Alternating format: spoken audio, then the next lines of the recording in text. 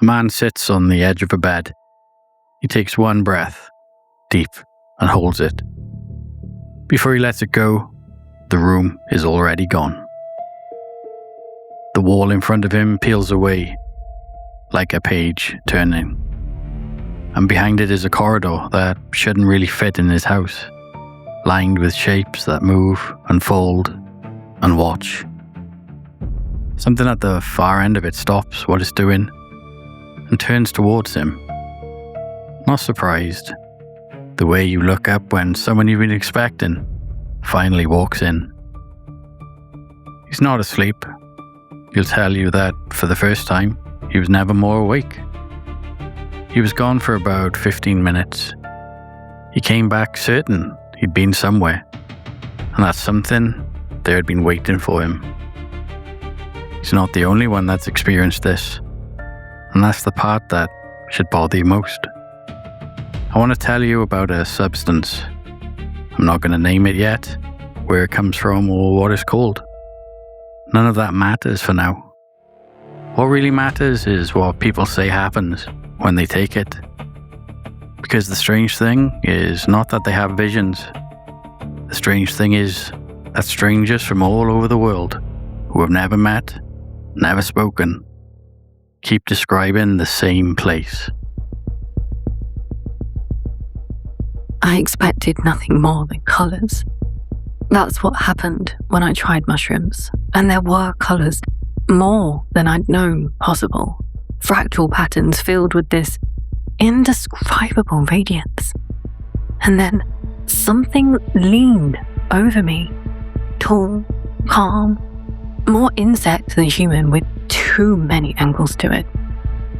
It regarded me the way a surgeon regards a patient already on the table. And it worked on me, or seemed to, with a patience that felt ancient.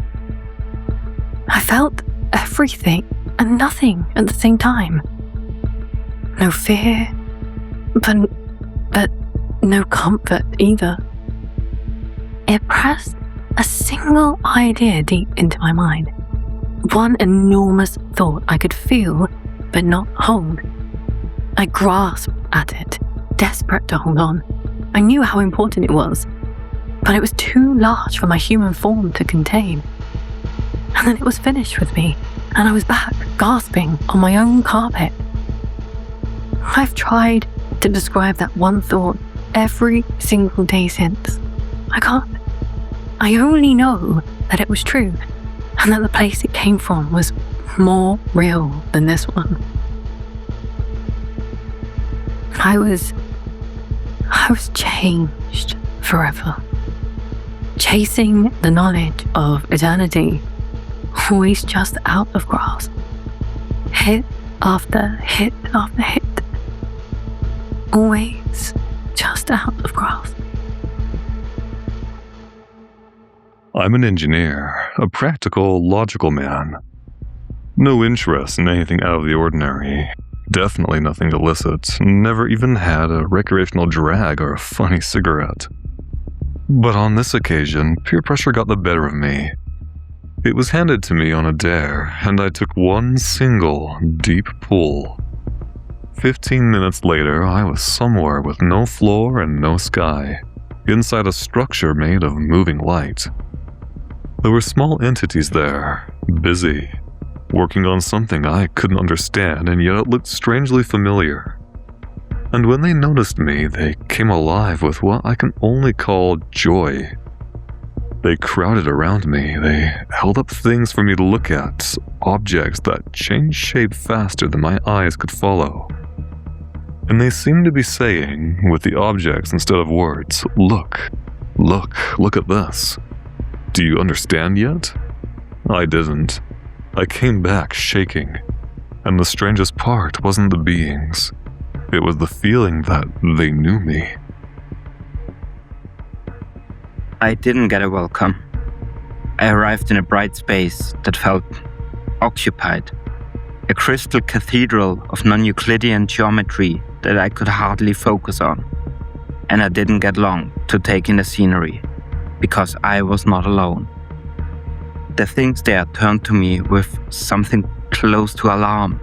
The message came through with no words, no kindness. You're not supposed to be here. Not yet. I had the overwhelming sense of an appointment I'd walked into early. A door I wasn't meant to open for a long time.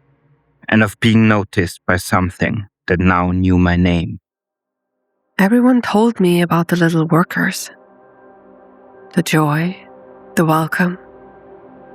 I want to be clear. That is not what happened to me.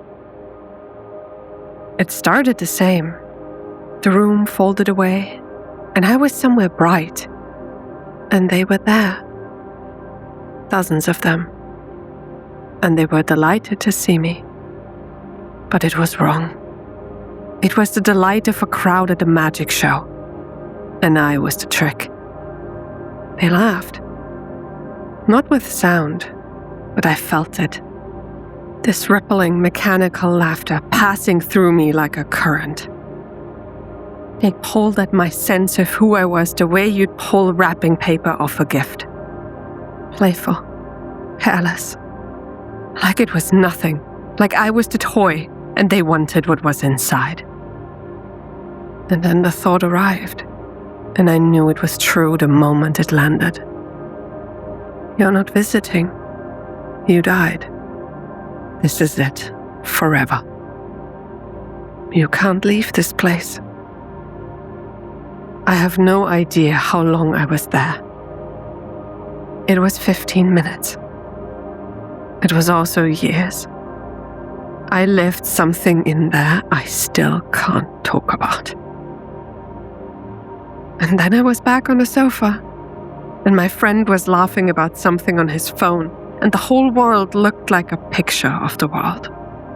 Paper thin, a set. I was pulled apart in that place, and not everything was put back together when I left. It took months before this real place felt real again. Well, that's what I tell myself. This is the real world. Sometimes it still doesn't feel real. And I know.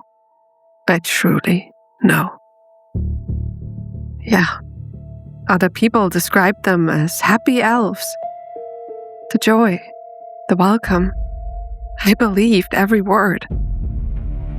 That's what scares me. Which version is right? As they are real, and they are out there.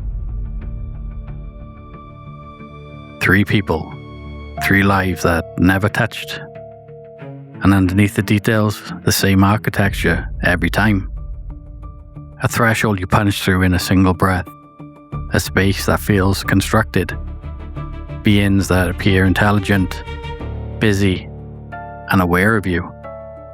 The sense of being recognized and the conviction against everything they believed before that it was very real. This is where most people stop and call it brain chemistry and just move on. But a few people couldn't. One of them is neurobiologist Andrew Gallimore. He's a real scientist, a pharmacologist and chemist, and he spent years on this one substance. His position is unusual for a scientist, and he knows it. He argues that what people are reporting may not be hallucinations in the ordinary sense of it all. His model goes like this. Your brain does not so much create the world as build it, moment by moment. From a narrow band of incoming information, most of reality is filtered out, so you can function. Gallimore's claim is that this substance briefly retunes the receiver. It widens the bandwidth. And when it does, the brain starts assembling a world out of information it normally can't reach. Gallimore helped develop a way to hold people in that state for longer than its natural few minutes, so it could be studied properly, so people could go in, look around, and come back with more than just a fragment.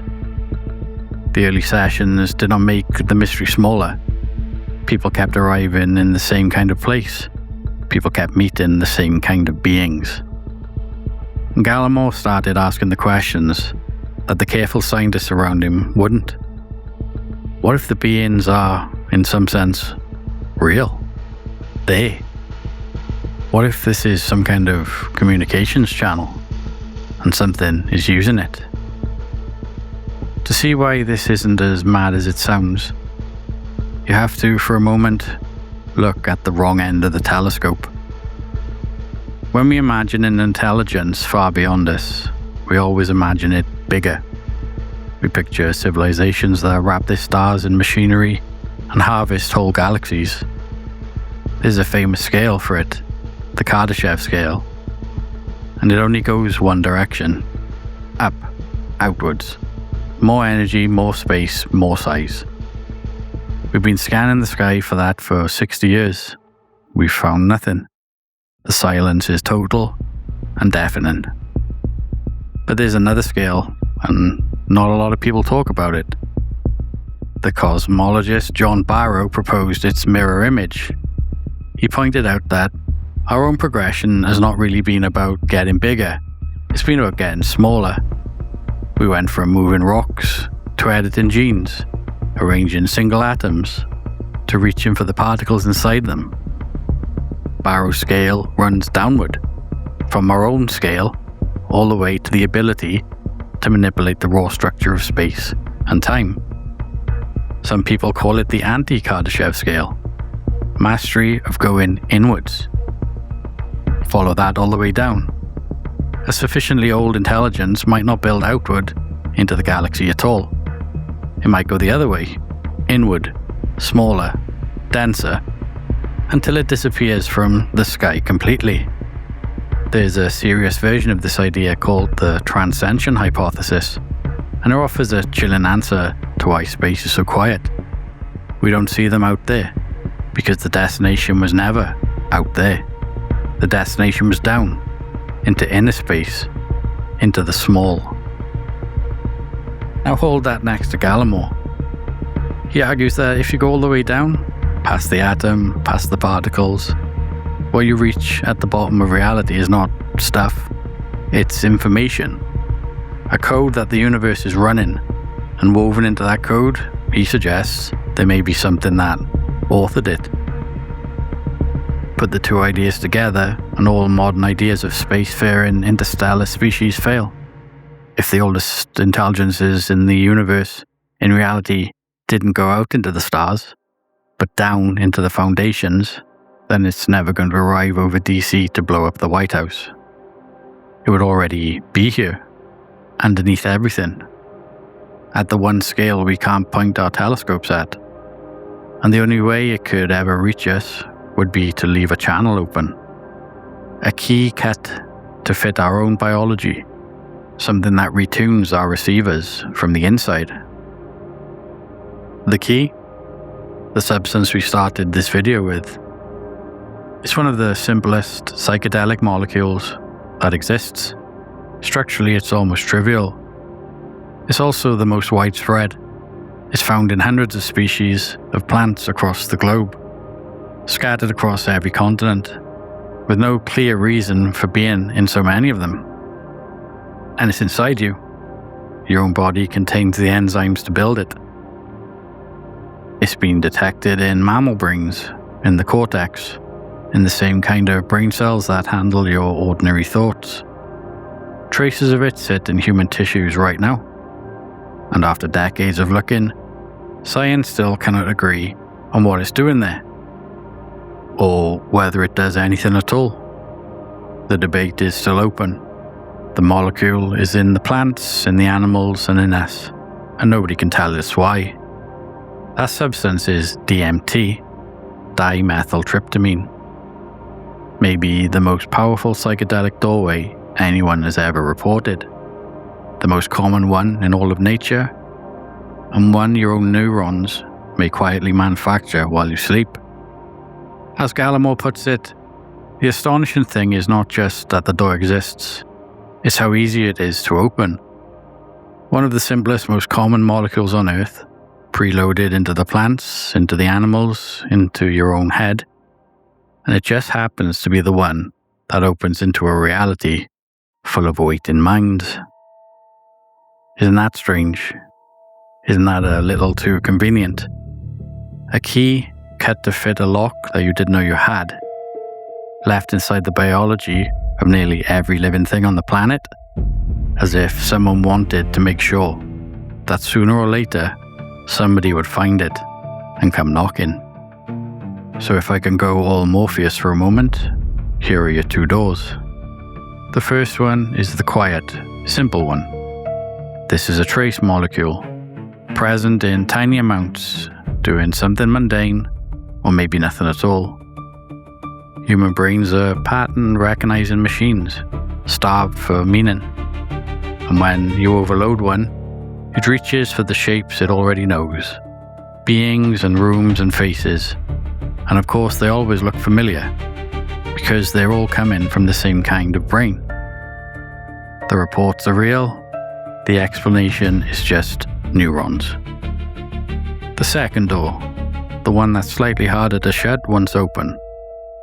The oldest intelligence in the universe went inward instead of outward, settled into the foundations of reality at a scale we can't even see, and left a single key behind in the chemistry of life itself. And that a handful of people, every day, take one deep breath and go and stand in front of it. The molecule is real. That part isn't in question. The reports are real, thousands of them, stranger than I've made them sound.